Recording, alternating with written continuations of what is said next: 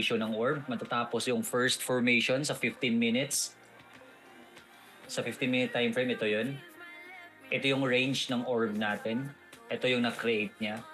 So from 4347 down to 4331. Okay? So yan yung range. So yung aantayin natin dito is yung breakout under 5 minutes. Ito po yung first strategy natin. The first orb strategy.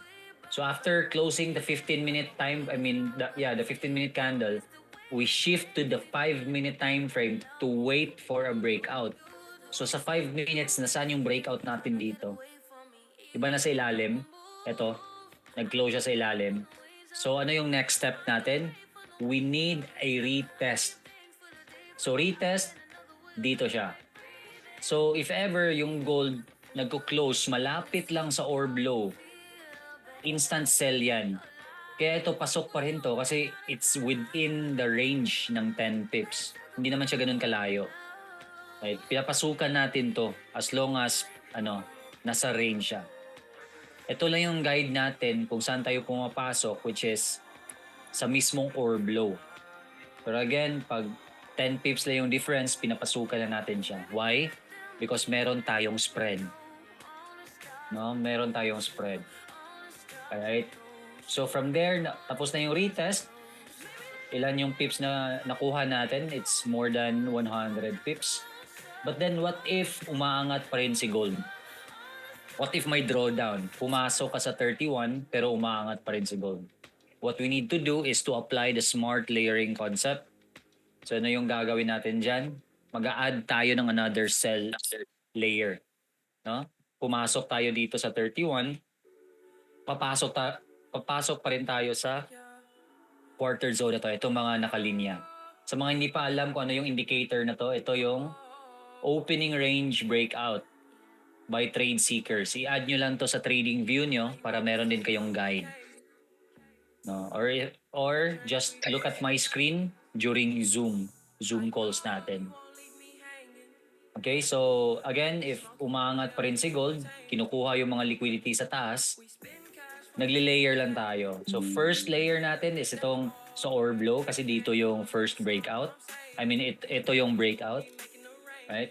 Next layer, hindi tayo tad-tad ng tad-tad in between. Antayin natin yung next layer natin, which is dito sa first quarter zone sa 4335. Pag umaangat pa rin si gold, dito naman ulit tayo sa orb mid. Up until the last zone sa orb high. So paano ba yan, coach? Parang masunog ako niyan. No. Kasi yung usual lot size mo, hahatiin natin yan to 5 times. So example, $100 yung capital mo. Yung maximum lot size na pwede mong gamitin is 0.05 lang. Right?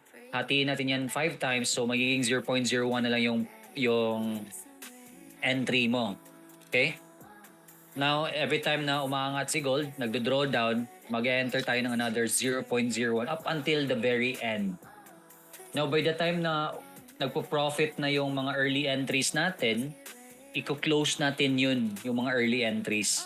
Securing a little bit of profit, but then leaving the late entries above to run to maximize profit gains.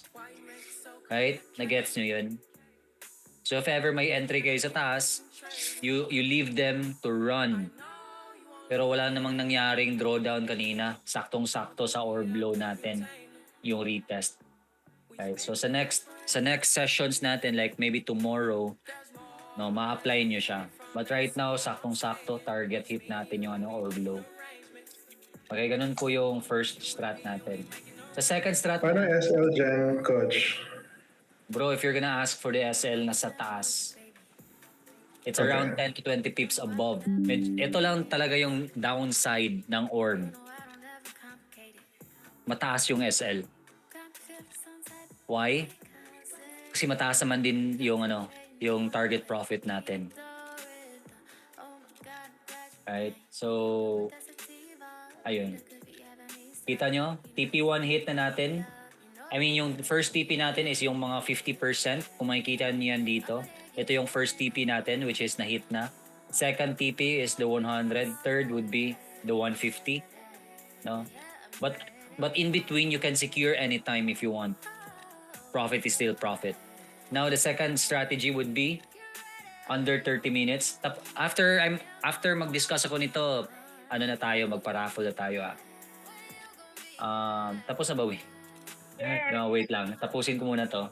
Sa second strat natin, kung saan mag-close yung candle, ito medyo risky din to Kasi yung usual drawdown nito, aabutin tayo ng 200 pips.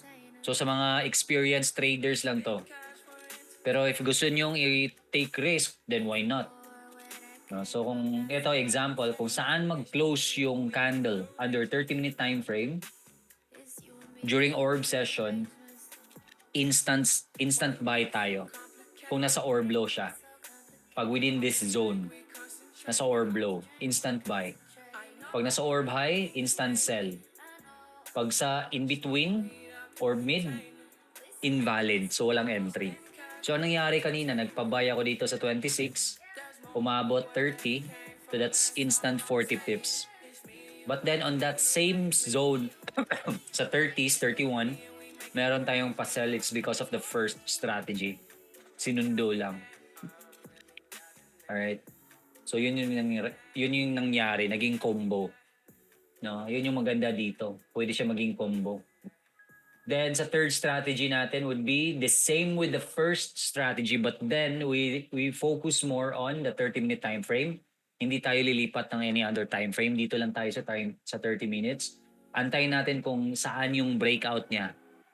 And right now, nasa ilalim siya ng orb low. Now, if it's gonna stay like this and close below orb low, alam na natin kung saan yung direction ni gold. It might still drop a little more. Or maybe deeper. Okay?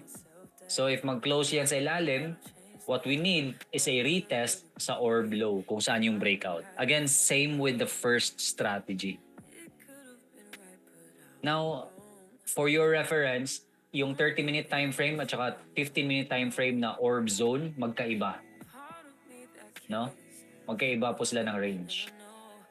Yung orb low ng 30 minutes nasa 26, orb low ng 15 nasa 31. Okay? So that's it. Those are my 3 strategies during sa New York session. Ito yung orb natin.